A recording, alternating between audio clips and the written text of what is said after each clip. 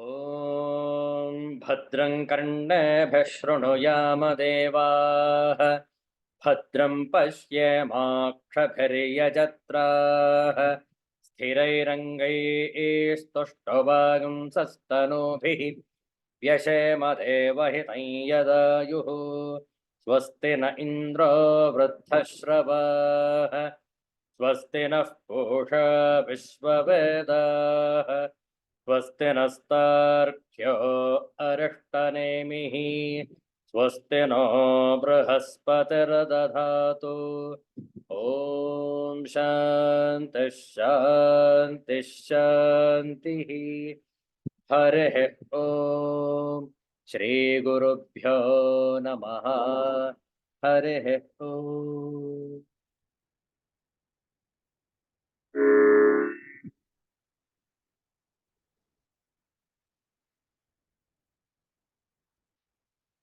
Let's chant this universal prayer together. O hidden light, vibrant in every atom. O hidden light, shining in every creature. O hidden love, embracing all in oneness. May each who feels himself as one with thee know he is also one with every other. Om Shanti, Shanti, Shanti.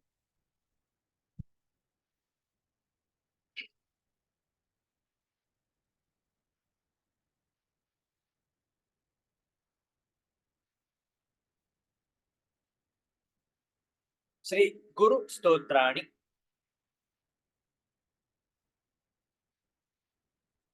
अखंड मंडलाकार व्याप्तेन चराचरं तत्पदं दर्शितेन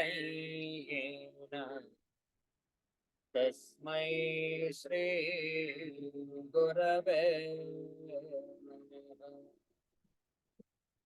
अज्ञानतिमिरान्धस्य ज्ञानाञ्जनशलाकया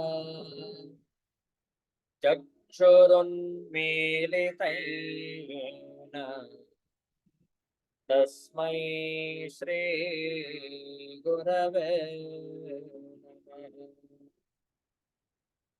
गुरुर्ब्रह्मा गुरुर्विष्णुः गुरुर्देवो महेश्वरः गुरुरेव परं ब्रह्म तस्मै श्री गुरवे नमः। स्थावरं जङ्गमं व्याप्तं यत्किञ्चित् सचराचरं तत्पदं दर्शितेन तस्मै श्री गुरवे नमः। चिन्मयं व्यापि यत्सर्वं त्रैलोक्यं सचराचरं तत्पदं दर्शितेन तस्मै श्री गुरवे नमः। गुरुरादिरनादिश्च गुरुः परमदैवतम् गुरोः परतरं नास्ति तस्मै श्री गुरवे नमः। त्वमेव माता च पिता त्वमेव त्वमेव बन्धुश्च सखा त्वमेव त्वमेव विद्या द्रविणो त्वमेव त्वमेव सर्वं मम देवदेव त्वमेव सर्वं गुरुदेव देव गुरुदेव देव.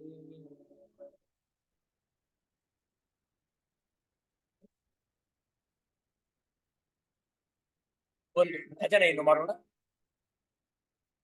ಸಾಹಿತ್ಯವನ್ನು ಪರದೆ ಮೇಲೆ ಹಂಚಿಕೊಂಡಿದ್ದೇವೆ,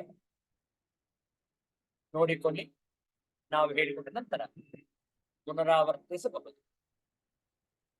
ರಾಮನ ಭಜನೆ.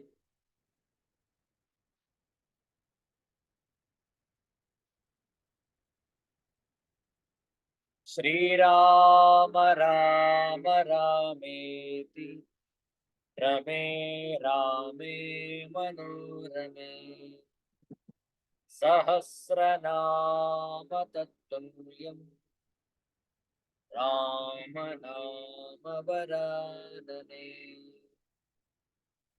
ಆಪದಾಮಪಹರ್ತಾರಂ दातारं सर्वसम्पदां लोकाभिरामं श्रीरामं भूयो भूयो नमाम्यहम् भूयो भूयो नमाम्यहम्.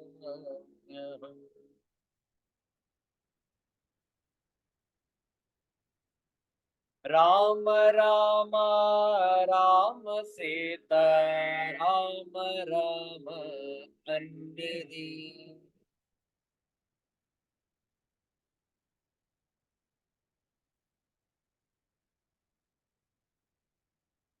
राम राम राम सीता राम राम अन्यदी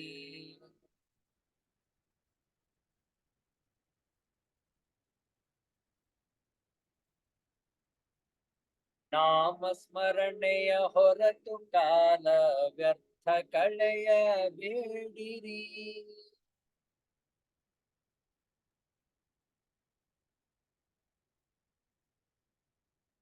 ನಾಮ ಸ್ಮರಣೆಯ ಹೊರತು ಕಾಲ ವ್ಯರ್ಥ ಕಳೆಯಬೇಡಿರಿ.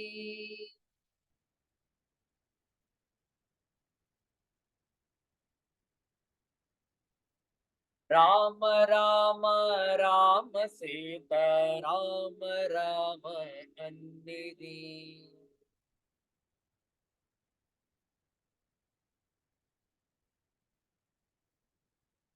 ಸ್ನಾನ ಸಂಧ್ಯಾ ನೇಮ ನಿತ್ಯ ಜಪವ ತಪವನು ಮಾಡಿರಿ.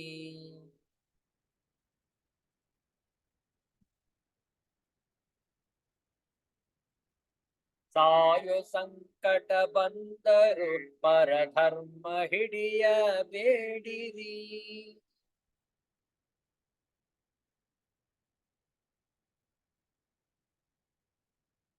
ರಾಮ ರಾಮ ರಾಮ ಸೀತಾ ರಾಮ ರಾಮ ಅನ್ನಿರಿ.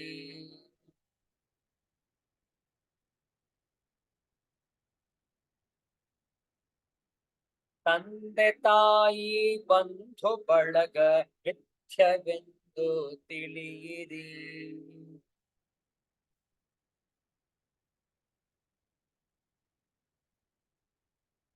ನನ್ನದು ನಾನು ಎಂಬ ಮೋಹವ ಬಿಟ್ಟು ರಾಮನ ಭಜಿಸಿರಿ.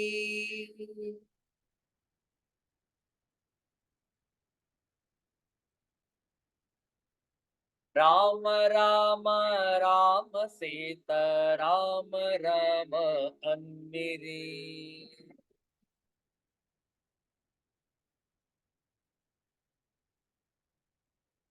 ಕಾಮ ಕ್ರೋಧ ಮೋಹ ಬಿಟ್ಟು ಮನಸ್ಸು ಜಳ ಜಳ ಮಾಡಿರಿ.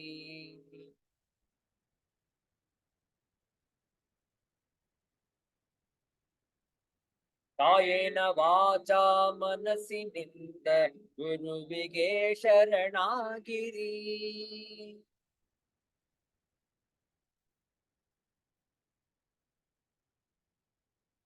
ರಾಮ ರಾಮ ರಾಮ ಸೀತಾ ರಾಮ ರಾಮ ಅನ್ನಿರಿ.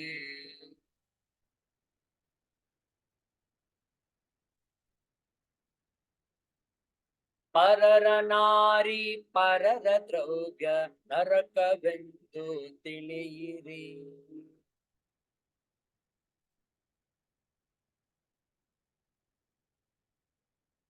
ಚಿಂತೆ ಇಲ್ಲದೆ ರಾಮ ಎಂದು ಜನನ ಮರಣವ ನೀಗಿರಿ.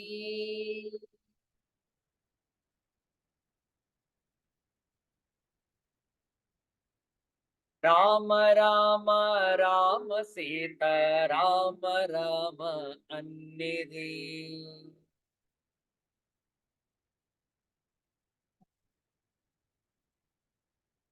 ಭಕ್ತಿ ಭಾವದಿಂದ ಸದ್ಗುರು ಹರಿಯು ಹರನೆಂದರೀರಿ.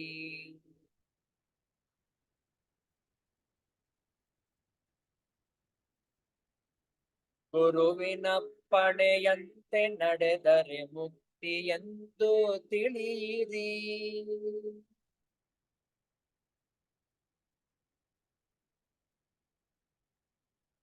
ರಾಮ ರಾಮ ರಾಮ ಸೀತಾ ರಾಮ ರಾಮ ಅನ್ನಿರಿ.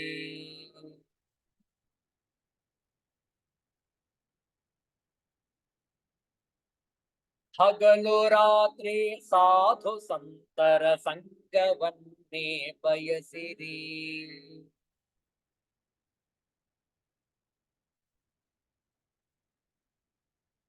ಬ್ರಹ್ಮಾನಂದರು ಸಾರಿ ಹೇಳಿದ ರಾಮನಾಮವ ಜಪಿಸಿರಿ.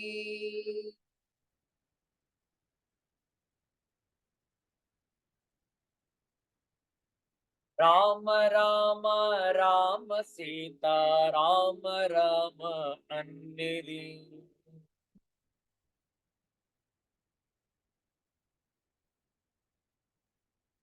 ನಾಮ ಸ್ಮರಣೆಯ ಹೊರತು ಕಾಲ ವ್ಯರ್ಥ ಕಳೆಯಬೇಡಿರಿ.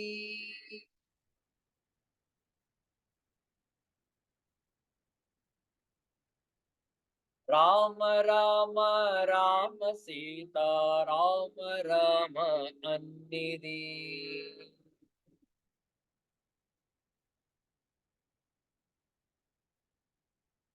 ರಾಮ ರಾಮ ಅನ್ನಿರಿ.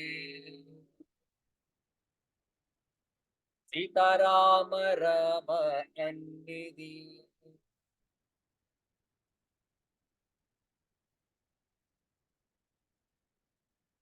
अयोध्यापति श्री रामचंद्र महाराज की जय। सिद्धांत अवधूत चिंतन श्री गुरुदेव दत्त।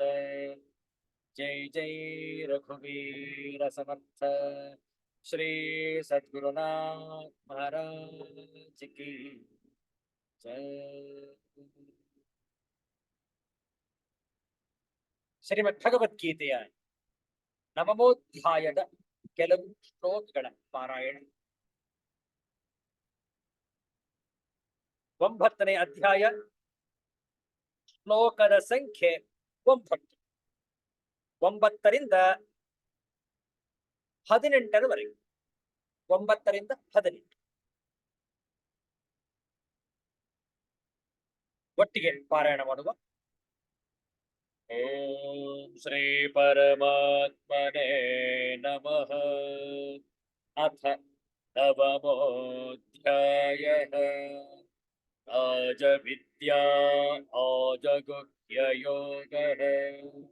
ಶ್ರೀ ಭಗವಾನುವಾಚ ನ ಚ ಮಾಂ ತಾನಿ ಕರ್ಮಾಣಿ ನಿಬದ್ಧಂತೆ ಧನಂಜಯ.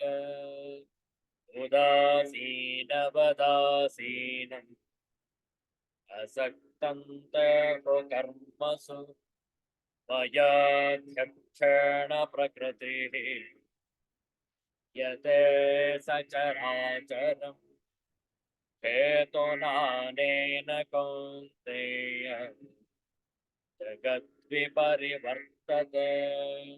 अवजानन्ति मां मूढा मानुषीं तनुमाश्रितम् परं भावमजान्तः ममभूतमहेश्वरम् मोक्षाशा मोक्षकर्माणः ज्ञानाभिचेतसः राक्षसीमासुरीं चैव प्रकृतिं मोहिनीं श्रिताः महात्मानस्तु मां पार्थ दैवीं प्रकृतिमाश्रिताः भजन्त्यनन्यमनसः त्वां भूतादिमव्ययम् सततं कीर्तयन्तो मां यतन्तश्च दृढव्रताः नमस्यन्तश्च मां भक्त्या नित्ययुक्ता उपासते ज्ञानयज्ञेन चाप्यन्ये यजन्तो मामुपासते एकत्वेन पृथक्त्वेन बुधा विश्वतो मुखम् अहं क्रतुरहं यज्ञः अहमहमौषधम् मन्त्रोऽहमहमेवाज्यम् अहमग्निरहं हुतम् पिताहमस्य जगतः धाता पितामहः वेद्यं पवित्रमोङ्कारः सामयजुरेव च गतिर्भर्ता प्रभुः साक्षी निवासः शरणं सुहृत् प्रभवः प्रलयस्थानम् निधानं बीजमव्ययम् ॐ शान्तिः शान्तिः शान्तिः हरिः ॐ श्रीगुरुभ्यो नमः हरिः ॐ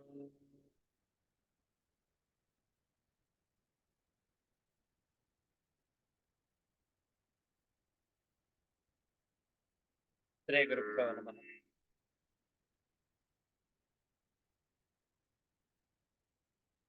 ನವಮೋಧ್ಯಾಯದ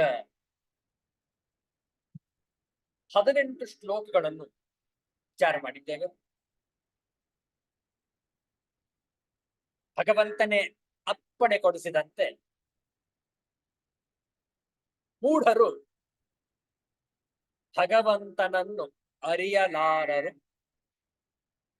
ಯಾಕೆ? ಅವರಿಗೆ ಪುರಾಣದಲ್ಲಿ ಬರುವಂತಹ ಕಥೆಗಳು, ಮಹಾಭಾರತದಲ್ಲಿ ಹೇಳಿರುವಂತಹ ಪ್ರಸಂಗಗಳು, ಆಗಿರುವಂತಹ ಪ್ರಸಂಗಗಳು, ತ್ರೇತಾಯುಗದಲ್ಲಿ ರಾಮಾವತಾರಿಯಾಗಿರುವಂತಹ ಭಗವಂತನನ್ನು ಕಂಡು, ದ್ವಾಪರ ಯುಗದಲ್ಲಿ ಕೃಷ್ಣಾವತಾರವನ್ನು ಕಂಡು ಮೂಢರು ಏನೆಂದು ತಿಳಿದುಕೊಳ್ಳುವರು? ಭಗವಂತನು ಶರೀರಧಾರಿ ನಿರ್ಧರಿಸಿಬಿಡ್ತಾರೆ. ಯಾಕೆ ಆ ನಿರ್ಧಾರಕ್ಕೆ ಬಂದಿದ್ದಾರೆ ಅವರು? ರಾಮಾವತಾರ ಕೃಷ್ಣಾವತಾರವನ್ನು ನೋಡಿ ಭಗವಂತನು ಶರೀರಧಾರಿಯು. ವಿಚಾರ ಮಾಡಿ, ನಮ್ಮ ನಿಮ್ಮ ಕಲ್ಪನೆ ಭಗವಂತನು ಶರೀರಧಾರಿ.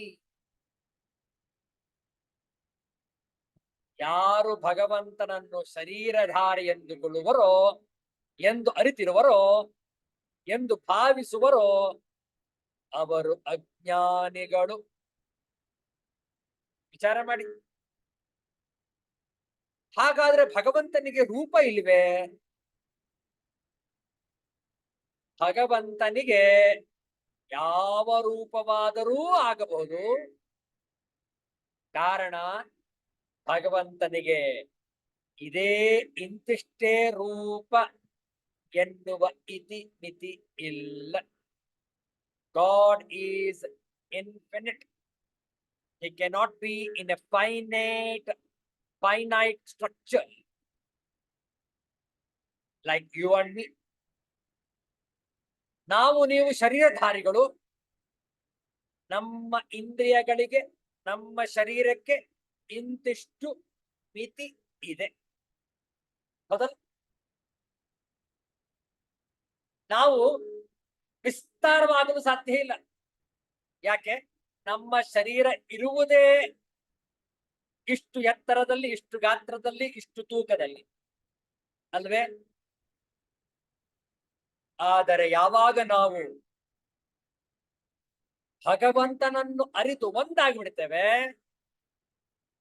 ಶರೀರವನ್ನು ಸಂಪೂರ್ಣವಾಗಿ ತ್ಯಜಿಸಿ ಭಗವಂತನ ರೂಪದಲ್ಲಿ ಐಕ್ಯಗೊಳ್ತೇವೆ, ಆಗ ನಾವು ಭಗವಂತನಂತೆಯೇ ಆಗಿಬಿಡುತ್ತೇವೆ. ನೋಡಿ ಶಾಸ್ತ್ರದ ವಿಚಾರ. ಶಾಸ್ತ್ರ ತಿಳಿಸಿಕೊಡುತ್ತೆ, ಬ್ರಹ್ಮವಿತ್ ಬ್ರಹ್ಮೈವ ಭವತಿ, ಆತ್ಮವಿತ್ ಆತ್ಮೈವ ಭವತಿ. ವಿಚಾರ ಮಾಡಿ, ಯಾರು ಆತ್ಮಸ್ವರೂಪವನ್ನು ಅರಿತುಕೊಂಡುವರೋ ಅವರೇ ಆತ್ಮರಾಗಿ ಬಿಡುವರು. ಯಾರು ಭಗವಂತನನ್ನು ಅರಿಯುವರೋ ಅವರು ಭಗವಂತನೇ ಆಗಿ ಬಿಡುವರು. ಎಷ್ಟು ಚೆನ್ನಾಗಿದೆ. ಆದ್ರೆ ಅಜ್ಞಾನಿಗಳು ಏನ್ ಮಾಡ್ತಾರೆ? ಪರಮಾತ್ಮ ಶರೀರಧಾರಿ, ನಮ್ಮ ನಿಮ್ಮಂತೆಯೇ ಕೆಲಸ ಮಾಡ್ತಾನವನು, ನಮ್ಮ ನಿಮ್ಮಂತೆಯೇ ಭಾವನೆಗಳಿದೆ ಅವನಿಗೆ. ಹೌದಲ್ಲ? ಅವನನ್ನು ಕೂಡ ನಾವು ಒಂದು ಮಿತಿಯಲ್ಲಿ ತಂದು ಬಿಡ್ತೇವೆ. ಆದ್ರೆ ಭಗವಂತನ ರೂಪ ಹೇಗಿದೆ? ಅಪರಿಮಿತ, ಅಗಣಿತ, ಅಸಂಖ್ಯ, ವಿಸ್ತಾರ, ವ್ಯಾಪಕ. ವಿಚಾರ ಮಾಡಿ. ಮುಂದಿನ ಅಧ್ಯಾಯದಲ್ಲಿ ಭಗವಂತನ ಅನೇಕ ವಿಭೂತಿಗಳನ್ನು ನೋಡಲಿದ್ದೇವೆ. ಈಗ ಇಲ್ಲಿ 9ನೇ ಅಧ್ಯಾಯದಲ್ಲಿ ಹೇಳುತ್ತಿರುವಂಥದ್ದು ಕೇವಲ ಸಂಕ್ಷಿಪ್ತವಾಗಿ ಮಾತ್ರ. 16, 17, 18, 19 ಈ 4 ಶ್ಲೋಕಗಳಲ್ಲಿ ಭಗವಂತನ ವಿಭೂತಿಯನ್ನು ಸಂಕ್ಷಿಪ್ತವಾಗಿ ತಿಳಿಸಲಾಗುತ್ತಿದೆ. ನೋಡಿ, ಭಗವಂತನ ಈ ಅಧ್ಯಾಯದಲ್ಲಿ ಪ್ರಾರಂಭದಲ್ಲಿ ಹೇಳಿದ್ವಿ ನೋಡಿ. ಎಷ್ಟನೇ ಶ್ಲೋಕ ಅದು ಹೇಳ್ತೇವೆ ನೋಡಿ.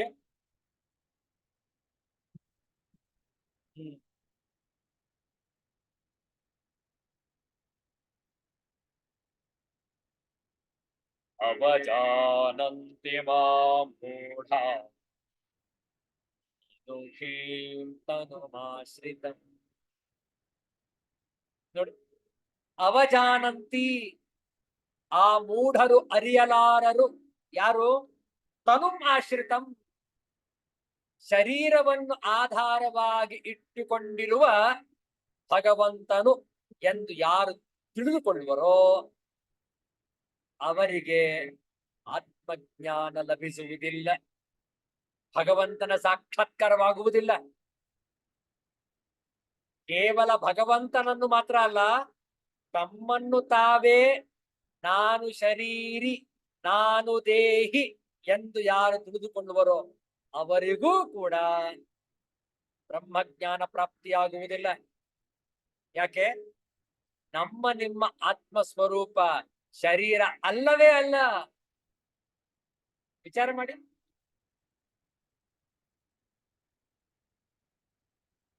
ಆದ್ದರಿಂದಲೇ ಭಗವಂತನ ವಿಭೂತಿಗಳನ್ನು ಹೇಳಲಾಗುತ್ತಿದೆ. ಈಗಾಗಲೇ 18 ಶ್ಲೋಕಗಳನ್ನು ನೋಡಿದ್ದೇವೆ. 16, 17, 18 ಶ್ಲೋಕಗಳಲ್ಲಿ ಯಾವ ವಿಭೂತಿಗಳನ್ನು ಪರಮಾತ್ಮ ಅರುಹಿದನೋ ಈ 19ನೆಯ ಶ್ಲೋಕದಲ್ಲೂ ಕೂಡ ಆ ವಿಭೂತಿಯನ್ನು ತಿಳಿಸಿ ನಂತರ ಮುಂದಿನ ವಿಚಾರಕ್ಕೆ ಹೋಗೋಣ. 19ನೆಯ ಶ್ಲೋಕವನ್ನು 2 ಬಾರಿ ಪಾರಾಯಣ ಮಾಡುವ ಒಟ್ಟಿಗೆ.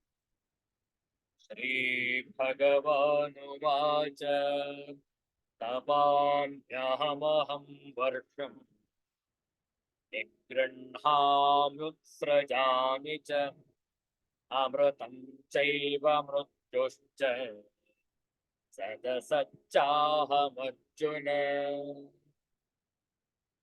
ತಪಾಮ್ಯಹಮಹಂ ವರ್ಷಂ ನಿಗೃಹ್ಣಾಮ್ಯುತ್ಸೃಜಾಮಿ ಚ ಅಮೃತಂ ಚೈವ ಮೃತ್ಯುಶ್ಚ ಸದಸಚ್ಚಾಹಮರ್ಜುನ.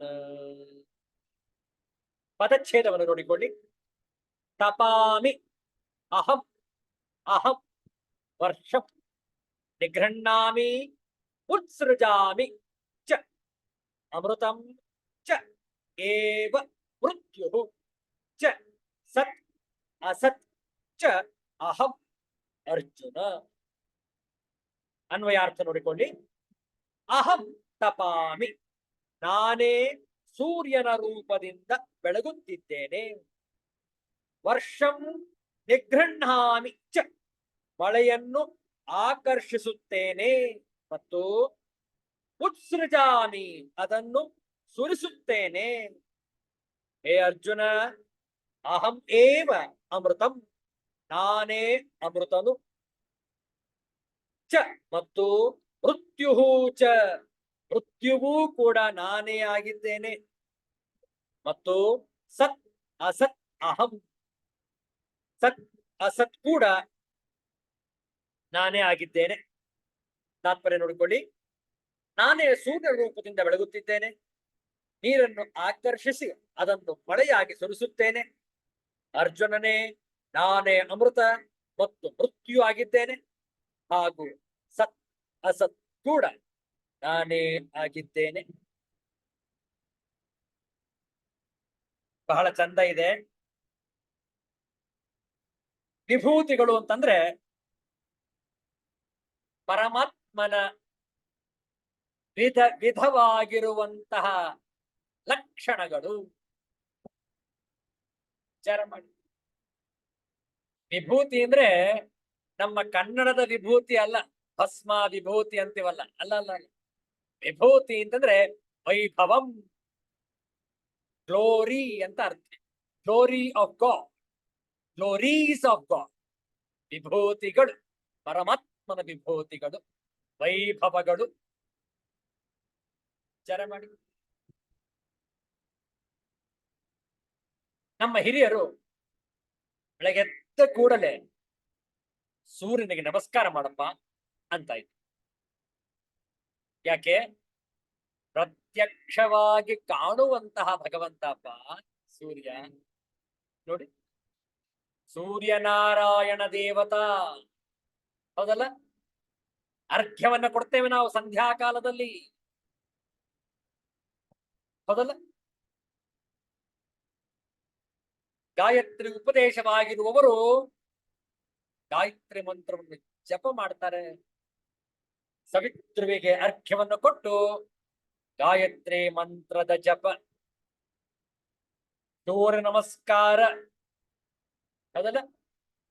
ಓಂ ಮಿತ್ರಾಯ ನಮಃ, ಓಂ ಪ್ರಭಯೇ ನಮಃ, ಓಂ ಸೂರ್ಯಾಯ ನಮಃ, ಓಂ ಭಾನವೇ ನಮಃ, ಓಂ ಭಗಾಯ ನಮಃ, ಓಂ ಉಷ್ಣೇ ನಮಃ, ಓಂ ಹಿರಣ್ಯಗರ್ಭಾಯ ನಮಃ, ಓಂ ಮರೀಚಯೇ ನಮಃ, ಓಂ ಆದಿತ್ಯಾಯ ನಮಃ, ಓಂ ಸವಿತ್ರೇ ನಮಃ, ಓಂ ಅರ್ಕಾಯ ನಮಃ, ಓಂ ಭಾಸ್ಕರಾಯ ನಮಃ.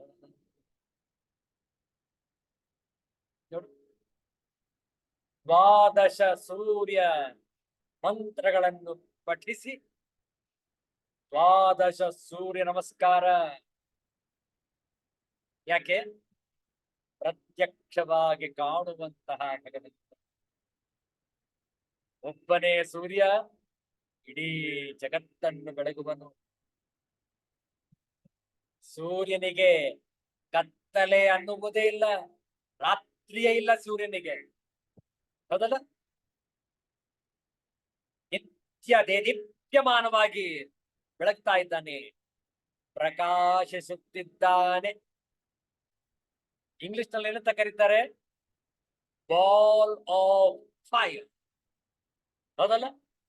ಬೆಂಕಿ ಚೆಂಡು ಅಂತಾರೆ ಸೂರ್ಯ ದೇವನನ್ನು. ಬೆಂಕಿ ಚೆಂಡು, ಸತ್ಯ, ಬೆಂಕಿ ಚೆಂಡೆ ಅದು ಅಲ್ವಾ? ವೃತ್ತಾಕಾರವಾಗಿದೆ, ಗುಂಡಾಗಿದೆ, ಎಲ್ಲಿಯೂ ಚಲಿಸದೆ ಸ್ಥಿರವಾಗಿ ಒಂದು ಕಡೆ ಇದ್ದಾನೆ. ಆ ಸೂರ್ಯ ಮಂಡಲದಲ್ಲಿ ಆ ಸೂರ್ಯನ ಸುತ್ತ ಅನೇಕ ಗ್ರಹಗಳು, ನಕ್ಷತ್ರಗಳು ಸುತ್ತಾಡ್ತಾ ಇವೆ. ಹೌದಲ್ಲ? ತಪಾಮ್ಯಹಮಹಂ, ತಪಾಮಿ ಅಹಂ, ನಾನೇ ಸುಡುತ್ತಿದ್ದೇನೆ ಸೂರ್ಯ ಕಿರಣಗಳ ಮೂಲಕ.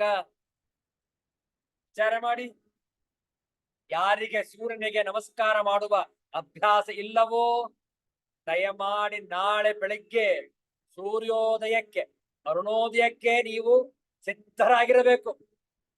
ಸೂರ್ಯ ಉದಯಿಸ್ತಾ ಇದ್ದಾನೆ, ನಮಸ್ಕಾರವನ್ನು ಸಲ್ಲಿಸಿ. ಸೂರ್ಯ ನಮಸ್ಕಾರ ಗೊತ್ತಿಲ್ಲದೆ ಹೋದ್ರೆ ಕನಿಷ್ಠ ಪಕ್ಷ ನಿಂತುಕೊಂಡಾದರೂ ಸರಿ ಕೈ ಮುಗಿದುಕೊಂಡು ನಮಸ್ಕರಿಸಿ, ಶಿರಬಾಗಿಸಿ. ಮಂತ್ರವನ್ನು ಹೇಳಿಕೊಳ್ಳಿ, ನಿಮ್ಗೆ ಗೊತ್ತಿರುವ ಸೂರ್ಯ ಮಂಡಲ ಮಂತ್ರವನ್ನು ಹೇಳಿ.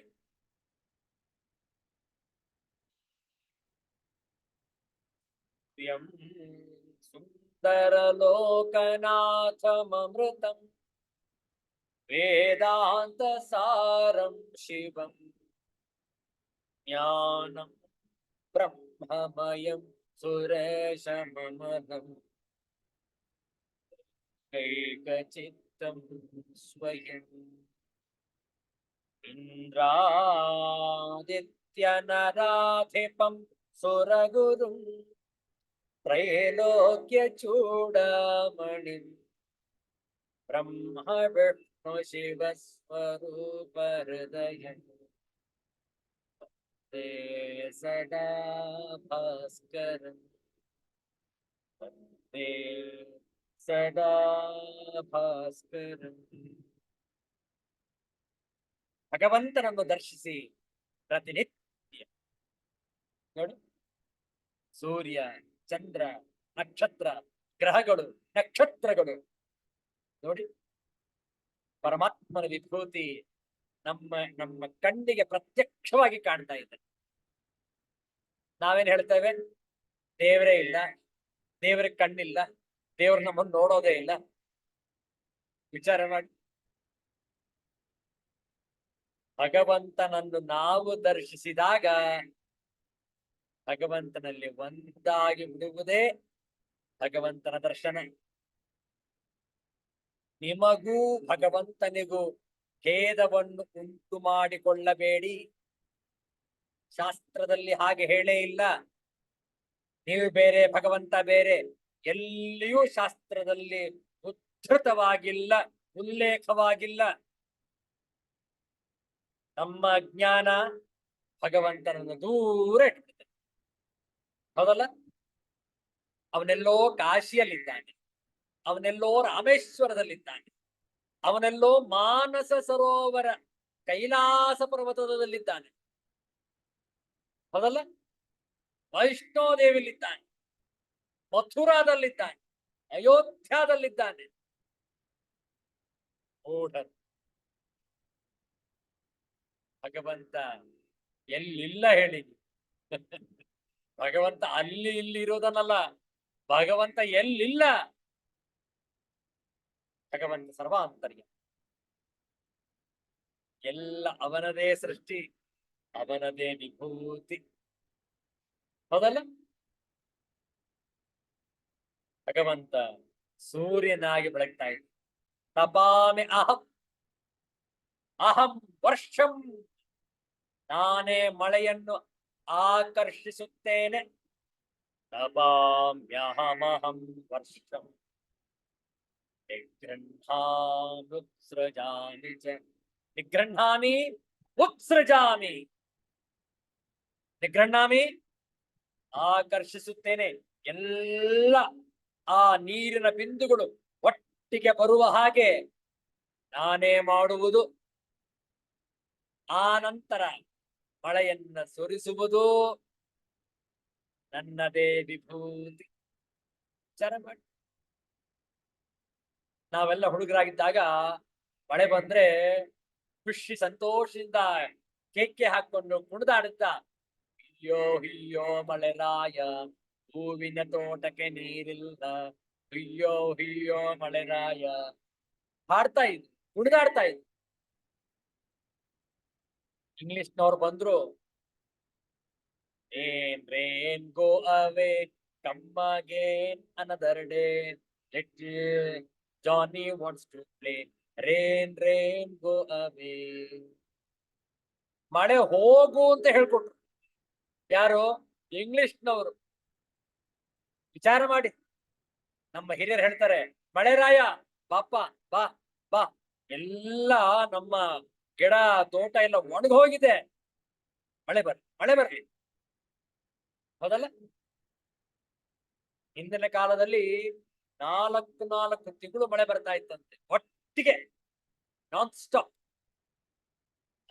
ಆದರೆ ಪ್ರಕೃತಿಯ ವೈಪರೀತ್ಯ ನೋಡಿ, ಮಾನವ ಪ್ರಕೃತಿಯನ್ನು ನಾಶ ಮಾಡಿದ.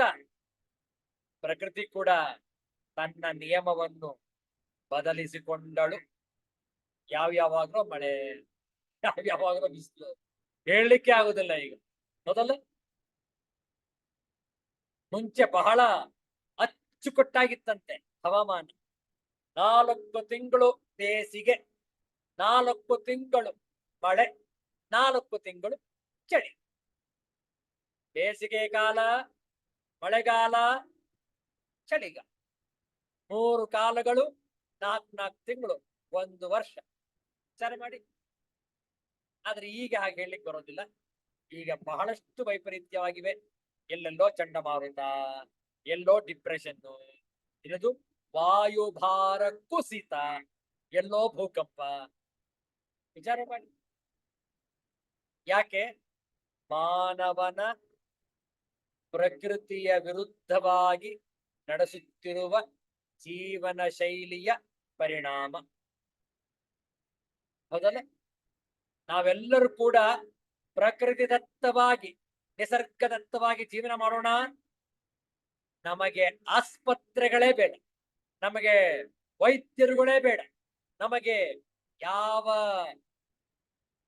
ಕೋರ್ಟ್ ಬೇಡ, ಯಾವುದೇ ರೀತಿಯಾದಂತಹ ಆರಕ್ಷಕ ಠಾಣೆ ಬೇಡ, ಪೊಲೀಸ್ಗಳು ಬೇಡ. ಯಾಕೆ? ಎಲ್ಲರೂ ಕೂಡ ರಾಮರಾಜ್ಯದಲ್ಲಿದ್ದಾರೆ. ಯಾರು ಕೂಡ ತಪ್ಪು ಮಾಡೋದು, ಎಲ್ಲರೂ ಅವರವರ ಕೆಲಸಗಳನ್ನು ಮಾಡ್ತಾ ಇದ್ದಾರೆ. ದೇಶ ಸುಭಿಕ್ಷ. ಹೌದಲ್ಲ? ಆದ್ರೆ ಕಾಲ ವೈಪರೀತ್ಯ ನೋಡಿ, ನಮಗೆ ಯಾರು ನಂಬೋದಕ್ಕಾಗುದಿಲ್ಲ. ಸ್ವತಃ ನಮ್ಮ ಕುಟುಂಬದವರನ್ನೇ ನಾವು ನಂಬೋದಿಲ್ಲ. ಅಯ್ಯೋ ಬೇಡಪ್ಪ ಬೀಗ ಹಾಕು ಅಂತ. ಹೌದಲ್ಲ? ಯಾಕೆ? ಎಲ್ಲೋ ಆಚೆ ಹೋಗ್ಬೇಕಾಗಿದೆ, ನಾನು ನನ್ನ ಕಪಾಟಿಗೆ, ನನ್ನ ರೂಮಿಗೆ ಬೀಗವನ್ನು ಜಡಿದು ಬೀಗದ ಕೈ ನನ್ನ ಕೈಲೇ ಇಟ್ಕೊಳ್ತೀನಿ. ಯಾಕೆ? ಯಾರ ಕೈಲಿ ಕೊಡಲು ನನಗೆ ನಂಬಿಕೆ ಇಲ್ಲ. ಸ್ವತಃ ಕುಟುಂಬದವರೇ. ಇದು ಕಾಲ ವೈಪರೀತ್ಯ. ವಿಚಾರ ಮಾಡಿ. ಭಗವಂತನನ್ನು ಕಂಡಾಗ, ಭಗವಂತನ ಮಾರ್ಗದಲ್ಲಿ ನಡೆದಾಗ ಎಂತಹ ಸುಭಿಕ್ಷವಾದಂತಹ ಜೀವನ ಅದು. ಹೌದಲ್ಲ? ತಪಾಮ್ಯಹಮಹಂ ವರ್ಷಂ ಸೃಜಾಮಿ ಚ. ಪರಮಾತ್ಮನ ವಿಭೂತಿ ವೈಭವವಾಗಿದೆ. ಶಾಂಕರ ಭಾಷ್ಯವನ್ನು ನೋಡೋಣ. ನಾಳೆ ಆಚಾರ್ಯ ಶಂಕರರ ಜಯಂತಿ, ವೈಶಾಖ ಶುದ್ಧ ಪಂಚಮಿ. ನಾಳೆ ಆದಿತ್ಯವಾಸರ ಮೇ ತಿಂಗಳ 12ನೇ ತಾರೀಕು 2024ನೇ ಇಸವಿ ಆದಿತ್ಯವಾಸರ ವೈಶಾಖ ಶುದ್ಧ ಪಂಚಮಿ ಆಚಾರ್ಯ ಶಂಕರರ ಜಯಂತಿ ತತ್ವಜ್ಞಾನಿಗಳ ದಿನಾಚರಣೆ philosophers day. Tomorrow we shall be celebrating Acharya Shankara's Jayanti. So let us study the Shankara Bhashya, 19th shloka of 9th chapter of Srimad Bhagavad.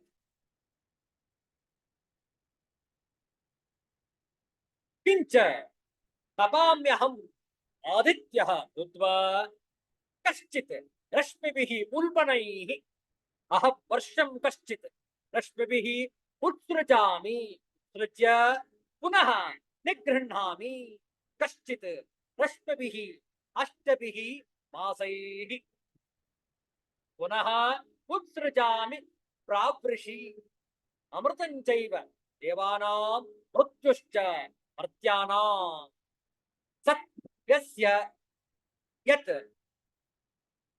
सम्बन्धितया विद्यमानं तत् तद्विपरीतम् असच्चैव अहम अर्जुन न पुनः अत्यंतमेव असत् भगवान स्वयं कार्यकारणे वा सत् असत् इति.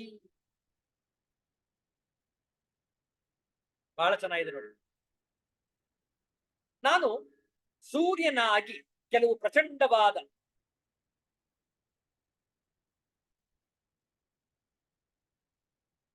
ಪ್ರಚಂಡವಾಗಿ ಸುಡುತ್ತಿರುವೆನು.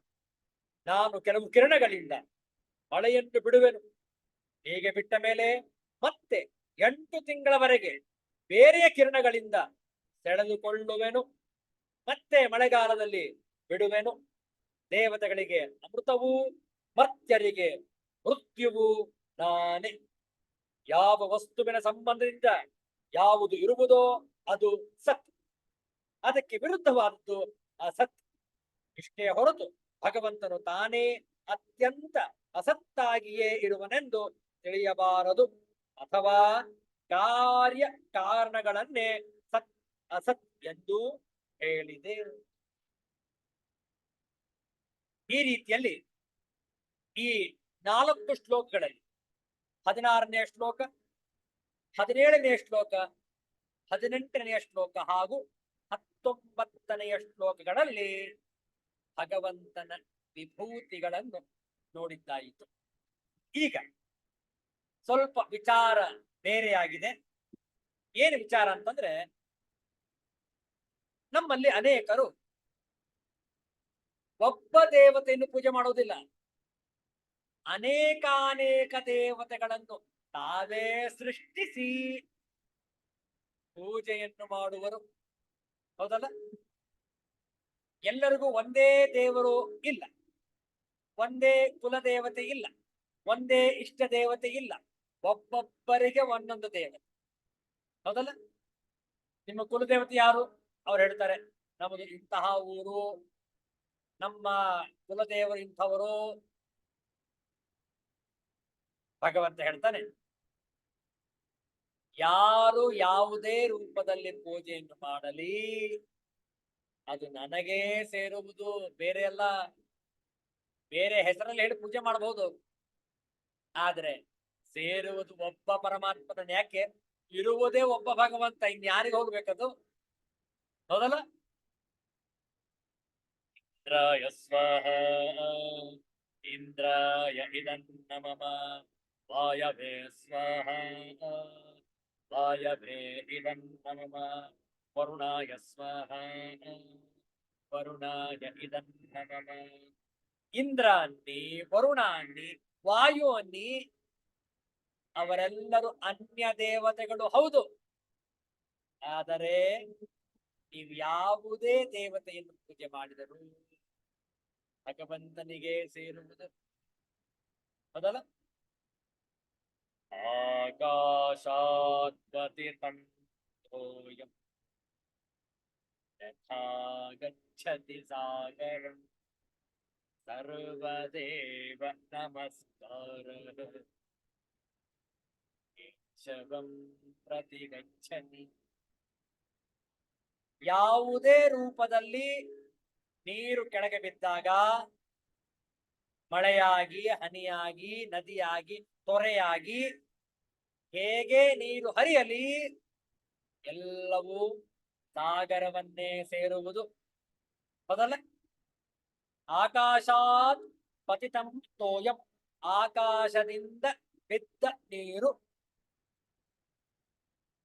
ಯಥಾ ಗಚ್ಚತಿ ಸಾಗರ, ಹೇಗೆ ಸಾಗರವನ್ನೇ ತಲುಪುವೋ ಅದೇ ರೀತಿಯಲ್ಲಿ ಸರ್ವದೇವ ನಮಸ್ಕಾರ.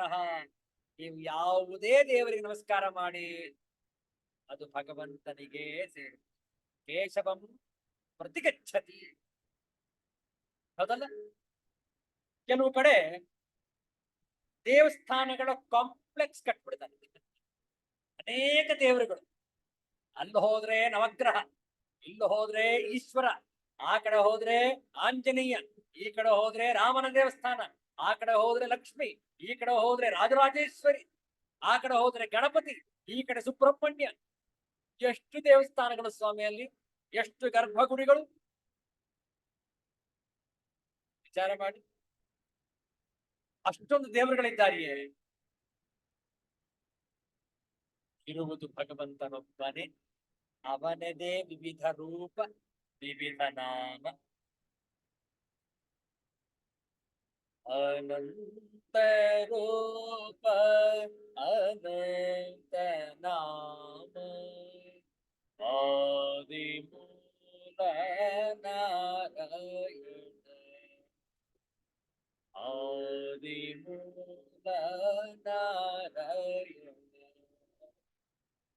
ಆದಿಮೂಲ ನಾರಾಯಣ. ಮೂಲ ಭಗವಂತನೊಬ್ಬನೇ. ಹಾಗಾದ್ರೆ ಯಾಕೆ ಅಷ್ಟೊಂದು ದೇವತೆಗಳು? ಅಷ್ಟೊಂದು ದೇವತೆಗಳಿದ್ರೆ ನಿಮ್ಗೇನ್ ನಷ್ಟ? ಹೌದಲ್ಲ? ಇರ್ಲಿ ಬಿಡಿ, ಭಗವಂತನ ವಿಭೂತಿಗಳು ಅನೇಕ ಇವೆ. ಎಲ್ಲರನ್ನು ಪೂಜಿಸೋಣ, ಎಲ್ಲಾ ದೇವತೆಗಳನ್ನು ಆರಾಧಿಸೋಣ. ಯಾವಾಗ ಭಗವಂತನನ್ನು ನಾವು ಅರಿತುಕೊಳ್ಳುವೆವೋ ನಾವು ಎಲ್ಲರನ್ನೂ ಕೂಡ, ಎಲ್ಲಾ ದೇವತೆಗಳನ್ನು ಪೂಜಿಸುವೆವು. ಕೇವಲ ಗರ್ಭಗುಡಿಯಲ್ಲಿ ಮಾತ್ರ ಅಲ್ಲ, ಹೊರಗಡೆ ಬನ್ನಿ, ಅಶ್ವತ್ಥ ವೃಕ್ಷ, ನಾವು ಮರಕ್ಕೆ ನಮಸ್ಕಾರ ಮಾಡ್ತೇವೆ. ಅಲ್ಲೇ ಯಾವುದೋ ಒಂದು ಗೋಮಾತ, ಹಸು ಹೋಗ್ತಾ ಇದೆ, ಹಸುವಿಗೆ ನಮಸ್ಕಾರ. ಹೌದಲ್ಲ? ಪ್ರಾಣಿ, ಪಕ್ಷಿ, ಮರ, ಗಿಡ, ಪ್ರತಿಯೊಬ್ಬರಲ್ಲೂ, ಪ್ರತಿಯೊಂದರಲ್ಲೂ ನಾವು ಭಗವಂತನನ್ನೇ ನೋಡುವುದು. ಅದು ನಮ್ಮ ಭಾರತೀಯ ಸಂಪ್ರದಾಯ, ಸನಾತನ ಹಿಂದೂ ಧರ್ಮ. ವಿಚಾರ ಮಾಡಿ. ಆದ್ರೆ ಅನೇಕರು ಬೇರೆ ಬೇರೆ ದೇವತೆಗಳನ್ನು ಪೂಜೆ ಮಾಡಿ, ಇದೇ ನಮ್ಮ ದೇವತೆ, ಇದೇ ಸತ್ಯ, ಇನ್ನು ಬೇರೆ ಯಾವ ದೇವರು ಇಲ್ಲ ಈ ಜಗತ್ತಲ್ಲಿ, ನಮ್ಮ ದೇವರೇ ಸತ್ಯ. ಮೂಢರು. ಹೌದಲ್ಲ? ನೋಡಿ, ಮುಂದಿನ ಶ್ಲೋಕದಲ್ಲಿ ಅನ್ಯ ದೇವತೆಗಳನ್ನು, ಭಗವಂತನನ್ನು ಬಿಟ್ಟು ಯಾರು ಅನ್ಯ ದೇವತೆಗಳನ್ನು ಆರಾಧಿಸುವರೋ ಅವರಿಗೆ ಫಲ ಏನೋ ಸಿಗುತ್ತೆ, ಆದ್ರೆ ಅನಿತ್ಯ ಫಲ, ತಾತ್ಕಾಲಿಕ ಫಲ. ವಿಚಾರ ಮಾಡಿ. ಮುಂದಿನ ಶ್ಲೋಕ ನೋಡಿ, 20ನೇ ಶ್ಲೋಕ, 2 ಬಾರಿ ಪಾರಾಯಣ ಮಾಡುವ.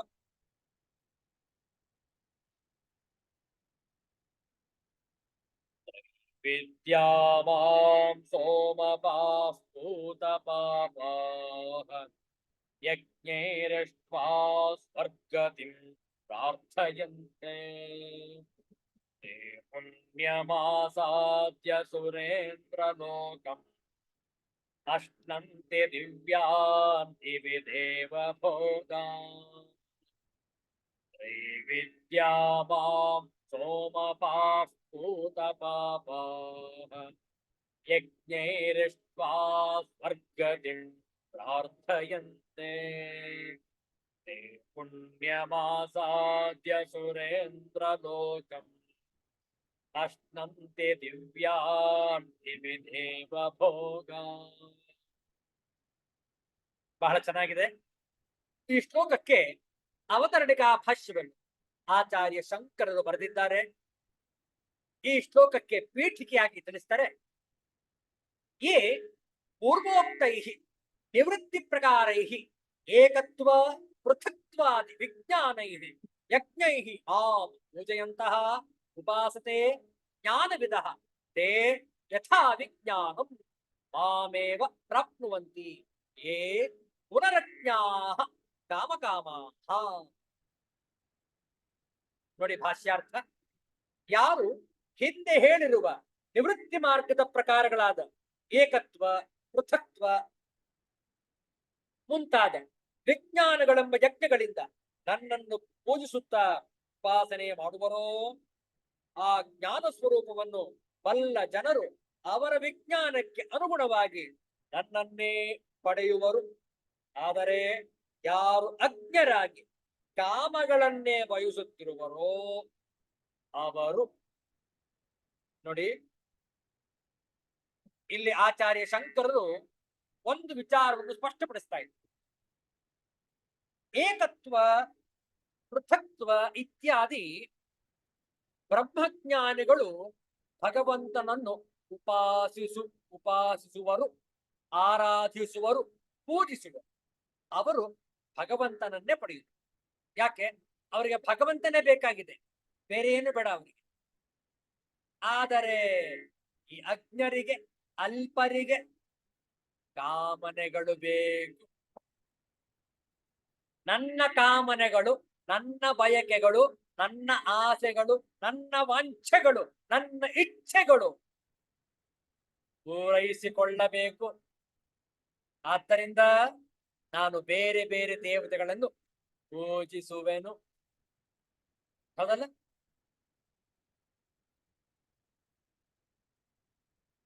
ಬೇಕು ಬೇಕದು ಬೇಕು, ಬೇಕಿದೆ ನಗಿನ್ನೊಂದು, ಬೇಕೆಂದು ಬಪ್ಪಿಡುತ್ತಲಿ ಘಟವನಿದನು, ಏಕೆಂದು ರಚಿಸಿದನೋ ಬ್ರಹ್ಮನಿ ಬೇಕು ಜಪ, ಸಾಕೆನಿಪುದೆಂದಿಗೆಲೋ ಮಂಕುತಿಮ್ಮ, ಸಾಕೆನಿಪುದೆಂದಿಗೆಲೋ ಮಂಕುತಿಮ್ಮ, ಮಂಕುತಿಮ್ಮ.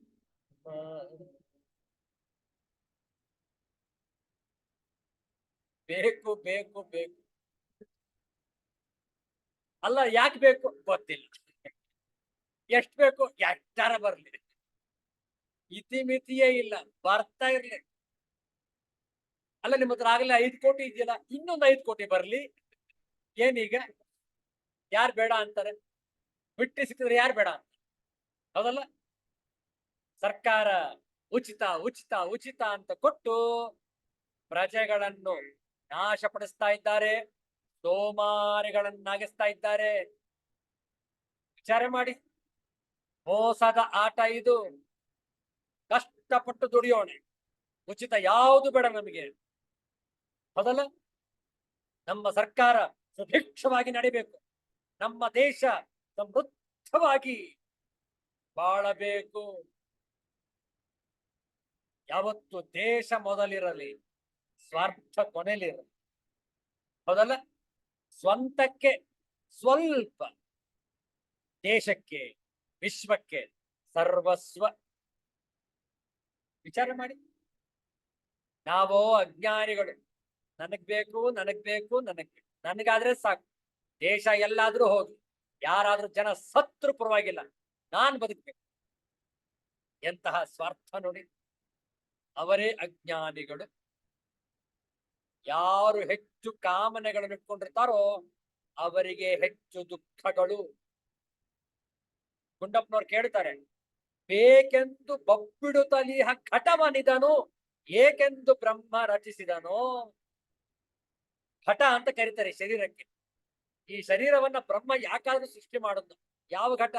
ಬೇಕು ಬೇಕು ಎನ್ನುವ ಘಟ. ಹೌದಲ್ಲ? ಈ ಶರೀರ ಸಾಕು ಅಂತ ಹೇಳೋದೇ ಇಲ್ಲ. ಸಾಕೆನಿಪುದೆಂದಿಗಲು. ಯಾವಾಗಪ್ಪ ಹೇಳೋದು ನೀನು ಸಾಕು ಅಂತ? ಯಾವಾಗ ಹೇಳ್ತಾನೆ ಅಂದ್ರೆ, ಇನ್ಯಾವುದು ಕೈಯಲ್ಲಿ ಆಗೋದಿಲ್ಲ ಮಾಡಕ್ಕೆ, ಆಗ ಸಾಕಪ್ಪ ಅಂತ. ಹೌದಲ್ಲ? ದಷ್ಟ ಪುಷ್ಟವಾಗಿ ಇರುವಾಗ ಏನು ಕಂಡದ್ದಲ್ಲ ನೋಡಿದ್ದಲ್ಲ ಬೇಕು. ಹೌದಲ್ಲ? ಈಗ ಕೈಲಾಗೋದಿಲ್ಲ, ಬೇಡ ಬಿಡಿ ಹೋಗ್ಲಿ, ಏನ್ ಮಾಡಕ್ಕಾಗ, ನನ್ಗೇನು ಮಾಡಕ್ಕಾಗಲ್ಲ, ಈಗ ಏನು ಬೇಡ ಸಾಕು. ಆಗ ಉಂಡದ್ದು ಕೆಕ್ಕೆ ಹಾಕಿ ಕುಣಿದದ್ದು ಚಪ್ಪರಿಸಿತು. ವಿಚಾರ ಮಾಡಿ. ಆದ್ರಿಂದ ಎಲ್ಲಿಯವರೆಗೂ ಕಾಮನೆಗಳಿರ್ತವೋ ಅಲ್ಲಿಯವರೆಗೆ ನಾವು ಬೇರೆ ಬೇರೆ ದೇವತೆಗಳನ್ನು ಪೂಜಿಸುತ್ತೇವೆ, ಆರಾಧಿಸುತ್ತೇವೆ. ಕಾರಣ ಫಲದ ಅಪೇಕ್ಷೆ. ಆಗಲೇ ಕರ್ಮಯೋಗದಲ್ಲಿ ನೋಡಿದ್ದೇವೆ ನಾವು, ಯಾವತ್ತು ನಾವು ಸಾಧಕರು ಫಲವನ್ನು ಬಯಸಬಾರದು. ಕರ್ಮಣ್ಯೇವ ಅಧಿಕಾರಸಿದ್ಧೇ ಸುಖದಾಚನ. ಹೌದಲ್ಲ? ಕರ್ಮಣ್ಯೇವ ಅಧಿಕಾರಸಿದ್ಧೇ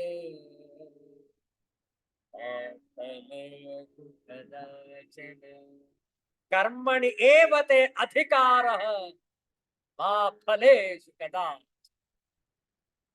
ನಿನಗೆ ಕರ್ಮ ಮಾಡಲು ಮಾತ್ರ ಅಧಿಕಾರ, ಫಲ ನಿನ್ನ ಕೈಯಲ್ಲಿಲ್ಲ. ವಿಚಾರ ಮಾಡಿ. ಆದರೆ ಅಜ್ಞಾನಿಗಳು ಫಲವನ್ನ ಬಯಸುವುದರಿಂದ ಅನ್ಯ ಅನ್ಯ ದೇವತೆಗಳನ್ನು ಪೂಜಿಸುವರು. ನೋಡುವ ಪದಚ್ಛೇದ. ಪದಚ್ಛೇದ ಅನ್ವಯಾರ್ಥ ನೋಡಿ, ಸಾರಾಂಶ ನೋಡೋಣ. ಭಾಷ್ಯವನ್ನು ನಾಳೆ ಮುಂದುವರಿಸಿ. ಪದಚ್ಛೇದ ನೋಡಿಕೊಳ್ಳಿ. ಸ್ವರ್ಗ ಭೋಗಗಳಿಗಾಗಿ ಯಜ್ಞಾದಿ ಕರ್ಮಗಳನ್ನು ಮಾಡುವವರ ಆವಾಗಮನದ ವರ್ಣನೆ ಈ ಶ್ಲೋಕದಲ್ಲಿ. ತ್ರೈವಿದ್ಯಾಹ ಮಾಂ ಸೋಮಪಾಹ ಭೂತಪಾಪಾಹ ಯಜ್ಞೈಃ ಇಷ್ಟ್ವಾ ಸ್ವರ್ಗತಿಂ ಪ್ರಾರ್ಥಯಂತೆ ತೇ ಪುಣ್ಯಂ ಆಸಾಧ್ಯ ಸುರೇಂದ್ರಲೋಕಂ ಅಶ್ನಂತಿ ದಿವ್ಯಾನ್ ದಿವಿ ದೇವಭೋಗ. ಅನ್ವಯಾರ್ಥ. ತ್ರೈವಿದ್ಯಾಹ ಮೂರು ವೇದಗಳಲ್ಲಿ ವಿಧಿಸಿರುವ ಸಕಾಮ ಕರ್ಮಗಳನ್ನು, ಸೋಮಪಾಹ ಕರ್ಮಗಳನ್ನು ಮಾಡುವ, ಸೋಮರಸ ಪಾನ ಮಾಡುವ, ಭೂತಪಾಪಾಹ ಪಾಪರಹಿತ ಪುರುಷರು. ಇಲ್ಲಿ ಸ್ವರ್ಗ ಪ್ರಾಪ್ತಿಗೆ ಪ್ರತಿಬಂಧಕವಾದ ದೇವಋಣ ರೂಪಿ ಪಾಪದಿಂದ ಪವಿತ್ರರಾಗಬೇಕೆಂದು ತಿಳಿಯಬೇಕು.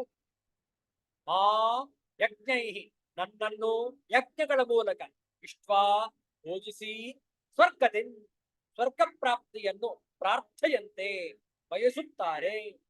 ತೇ ಆ ಪುರುಷರು ಪುಣ್ಯಂ ತಮ್ಮ ಪುಣ್ಯಗಳ ಫಲರೂಪವಾಗಿ ಸುರೇಂದ್ರ ಲೋಕಂ ಸ್ವರ್ಗಲೋಕವನ್ನು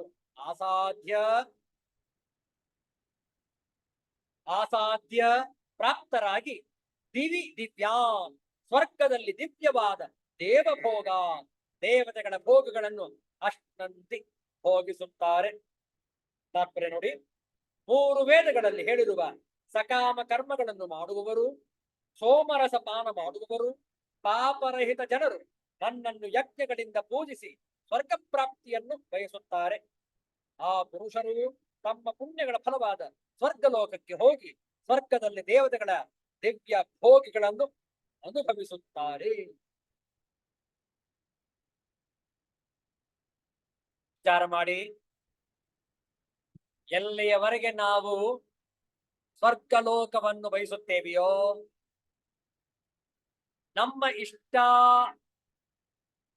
ಇಷ್ಟಾರ್ಥಗಳನ್ನು ಈಡೇರಿಸಿಕೊಳ್ಳುವುದಕ್ಕಾಗಿ ಪ್ರಾರ್ಥನೆ ಮಾಡ್ತೀವಿಯೋ, ಅಲ್ಲಿಯವರೆಗೆ ನಾವು ಭಗವಂತನನ್ನು ಪೂಜಿಸುತ್ತಾ ಇಲ್ಲ, ಅನ್ಯ ದೇವತೆಗಳನ್ನು ಪೂಜಿಸ್ತಾ ಇರ್ತೇವೆ. ಯಾಕೆ? ನಮಗೆ ಭಗವಂತ ಬೇಡ, ನಮಗೆ ಆ ಅನ್ಯ ದೇವತೆಗಳು ಕೊಡುವ ಫಲ ಬೇಕು, ಭಗವಂತ ಬೇಡ. ವಿಚಾರ ಮಾಡಿ. ಹಾಗಾದ್ರೆ ಈ ಅಜ್ಞರು ಏಕೆ ಈ ರೀತಿ ಪ್ರಾರ್ಥನೆ ಮಾಡ್ತಾರೆ? ಇದರಿಂದ ಹೇಗೆ ನಾವು ನಮ್ಮನ್ನು ನಾವೇ ಸರಿಪಡಿಸಿಕೊಳ್ಳಬೇಕು ಅನ್ನುವಂಥದ್ದನ್ನು ನಾಳೆ ದಿವಸ ವಿಚಾರ ಮಾಡೋಣ. ಸಮಯ ಮೀರಿದೆ. ಶಾಂತಿ ಮಂತ್ರವನ್ನು ಹೇಳಿ ಇಂದಿನ ಸತ್ಸಂಗವನ್ನು ಸಂಪನ್ನಗೊಳಿಸೋಣ. ಓಂ ಪೂರ್ಣಮದಃ ಪೂರ್ಣಮಿದಂ ಪೂರ್ಣಾತ್ ಪೂರ್ಣಮುದಚ್ಯತೆ ಪೂರ್ಣಸ್ಯ ಪೂರ್ಣಮಾದಾಯ पूर्णमेवावशिष्यते ॐ शान्ति शान्ति शान्तिः हरिः ॐ श्रीगुरुभ्यो नमः हरिः ॐ. ನಾಳೆ ಸಂಜೆ 7 ಗಂಟೆಗೆ ಸರಿಯಾಗಿ ಭೇಟಿಯಾಗೋಣ. ಶಂಕರ ಜಯಂತಿಯ ಶುಭಾಶಯಗಳು. ಎಲ್ಲರಿಗೂ ಒಳಿತಾಗಲಿ, ಎಲ್ಲರಿಗೂ ಶುಭವಾಗಲಿ. ಜೈ ಶ್ರೀ ಗುರುದೇವ್ ದತ್ತ.